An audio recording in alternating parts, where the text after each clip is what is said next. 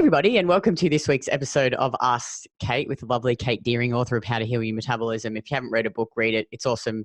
If you're doing the challenge or in our program, you get 10% off. So just look for that discount code in either the website or our challenge pages. So today we're talking about sugar, and I'm going to say a statement here that I get a lot on all of my ads. Sugar is as addictive as cocaine. Or heroin. Or any drug, for that matter. Yeah. So is it?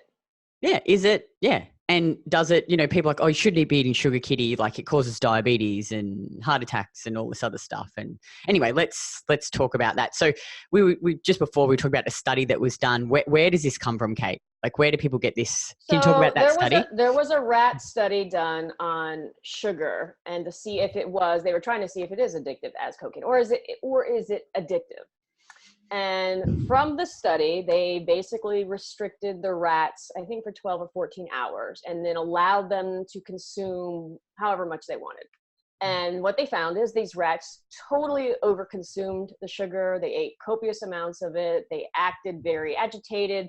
So they acted like, had these addictive like behaviors. And then that they basically also found that it lit up areas of the brain that maybe cocaine or heroin would also light up. So from that, the conclusion was made is yes, that sugar is absolutely as addictive as cocaine, or more addictive than cocaine.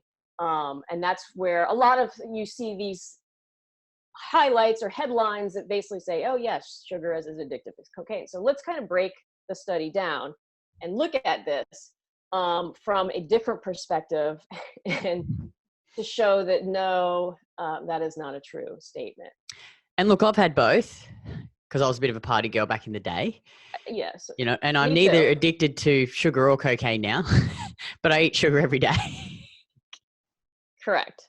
As we all should. So, I think we need to first see what the study established. What it established is if you do restrict sugar for a very long time and then give a rodent access to it, yes, he's going to overconsume. Just like if a human restricts sugar for a long time and you give them some, they usually also consuming, and it's called a binge. And I think that's where a lot of people think, oh, I'm so addictive. When I finally get access to it, I'm going to overconsume it. And the truth is you probably are. However, what they do find is if you give a rat or a human access to the sugar all throughout the day, right, in or amounts that are, that can keep someone's blood sugar regulated, that addictive behavior over consumption doesn't happen. And I think me and you and anyone that kind of starts doing this program finds is that's exactly what happens. That if you are craving sugar or you have a likelihood to binge, those things just basically go away because now your body's getting the very thing that it needs to run optimally, which is its energy source, which is sugar. Can I just go back just 2 steps? So your body, would you agree that your body has built-in mechanisms to tell you what it needs? So it's craving sugar for what reason? Right, because your body prefers to use glucose as energy.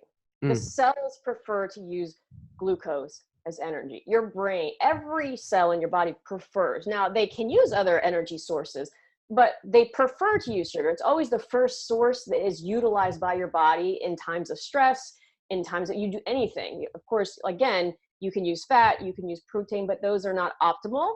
And again, we always want to use our first reserves because that's what's going to keep metabolic rate higher. As soon as you start using other resources, fat, protein, one of the things your body does is it basically slows things down because your most preferred source is gone. Those are the only reasons you would use your other resources. And I think too, like I see a lot of people comment on my post too, oh yeah, but Kitty, I cut all the sugar out of my diet and all of a sudden all of these things got better. And I'm like, yeah, but what were you eating the sugar in? So like, that guy, the sugar movie guy, what's his name? Bloody Damon. Jamie. Yeah, I can't remember. Yeah, that guy was interesting. Yeah. Like I had a look at his diet and added up all of the actual amount of sugar in it, like how many teaspoons it was. And then because he's a guy, I looked at Danny Roddy and Craig, and I looked at how much sugar they were eating compared to him. And they were actually eating far more sugar, yet they didn't have any of the same issues that he did or he developed. So it's like you have to ask yourself the question, is it the sugar or is it what you're eating with sugar? Typically when people go, oh yeah, but Kitty, I cut sugar, but you were eating sugar in like shitty cakes and they got vegetable cookies, oils, highly preservatives, palatable foods, additives, other crap in them. Whereas how we're consuming it is through fruit, through juice, through dairy, simple sugars through dairy, white sugar in, say, for example, a homemade fudge, which just has sugar, butter, and condensed milk, and it's part of a nutrient-rich diet that's low in digestive inhibitors and other crap.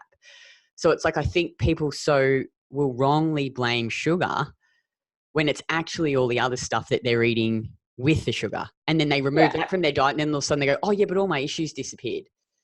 Yeah, the vessel that the sugar is given to you in is very important. And I think that's a really good point, is that, consuming it with cookies, cakes, and all this other things, usually it's combined with some sort of vegetable oil of some sorts, flour, other things that when you consume are also going to throw blood sugar off. And then those are foods that are very easily consumed because when you have sugar with tons and tons of fat, the mechanism to tell your body that you're getting the sugar that you need is slow. So by the time the sugar gets into your system, you've already overconsumed way too much of it, right? And that's why we always say, hey, simple sugars that get into your system, fruits, juice, all of those, so that your body can get what it needs and regulate itself with moderate fat, moderate protein, and then it gets a steady source of it. But when you do it in like a high fat, high sugar food and without the other foods, then the tendency is overconsumption, and it's the overconsumption of anything that is usually going to get you in trouble versus the actual sugar itself.